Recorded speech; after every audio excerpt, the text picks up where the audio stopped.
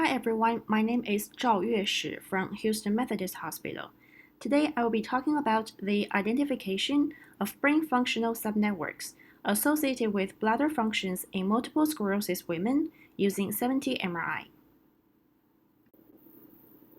First, let's look at our motivations. What is brain function connectivity, and why do we want to study brain function connectivity during urodynamics? Functional connectivity is the correlation between brain regions that share functional properties.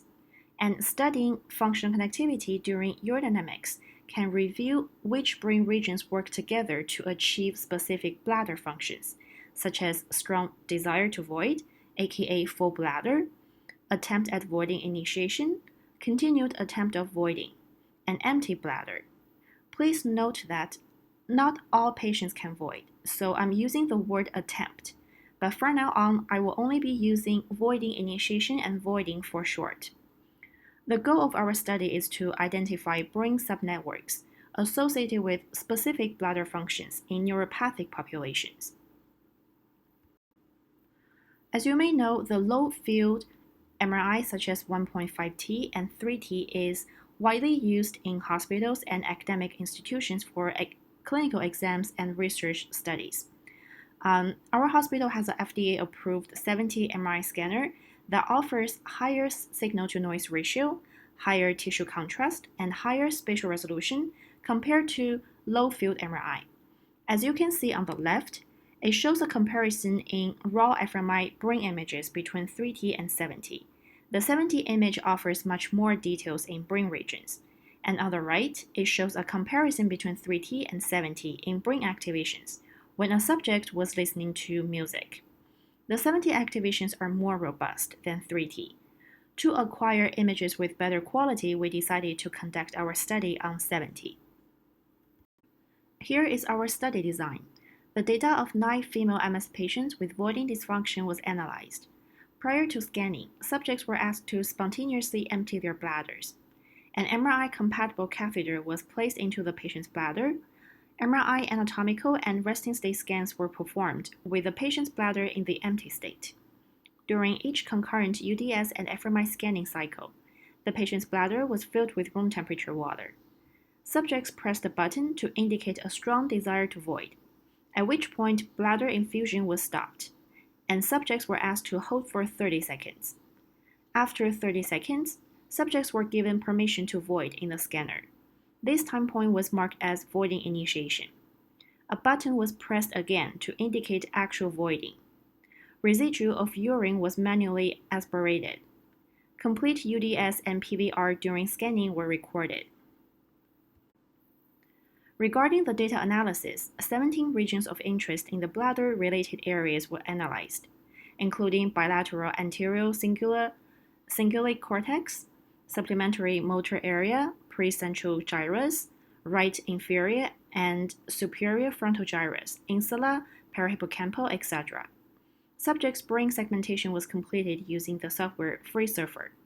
Average fMRI time series were computed across each region, and Pearson's correlation coefficients between region pairs were computed at 4 bladder-related states.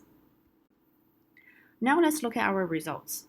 Figure 1 shows a group analysis of brain connectivity maps at 4 different bladder-related states within the 17 ROIs. These 4 states include the empty bladder, the full bladder, voiding initiation, and voiding. The function connectivity values range from 0 to 1. When looking at each state separately, we found that when subjects have a strong desire to void, their IFG, insula, and inferior parietal and superior parietal subnetworks are more connected than other regions. This connectivity pattern is in agreement with brain regions involved in the registration of bladder filling and fullness sensation. In addition, when subjects attempt at voiding initiation, the SMA superior frontal and inferior parietal and superior parietal subnetworks are more connected than other regions. This may be because when afferent signals from the bladder to the insula and ACC reach a certain limit, signals are sent to the frontal gyrus, which subsequently lifts its inhibitory influence on the PMC in the brainstem. And the frontal gyrus then works together with SMA to initiate motor output. As we can see here, the brain connectivity during voiding and empty bladder states are very similar. In both states, all 17 bladder-related brain regions are highly correlated. We hypothesize that when the PMC lifts the inhibition and the voiding reflex starts, the voiding continues with minimal activity changes, and therefore the brain connectivity becomes similar to its empty bladder resting states. Figure 2 shows a group analysis of intersubject correlations in connectivity within 17 ROIs at 4 states, respectively. The intersubject correlation is a measure of the subject variability. The high correlations within the 17 ROIs across all subjects during voiding strongly suggest that voiding is consistently achieved through similar network activations independent from the activations required for strong desire to void and voiding initiation. The high intersubject correlation in the empty bladder resting states supports consistency of intrinsic functional connectivity within the individual bladder-related network. In conclusion, we found that different brain subnetworks are activated during different bladder functions in MS patients with voiding dysfunction, such as the cognitive fullness sensation at full bladder and preparation for motor output during voiding initiation. Our next step is to compare the MS patient's results with healthy subjects and identify the neural deficits in brain connectivity associated with specific bladder functions. This will be important for interventional treatments, such as neuromodulation, towards restoring bladder functions in patients with debilitation disorders. I would like to thank everyone who contributed to this work and the funding sources.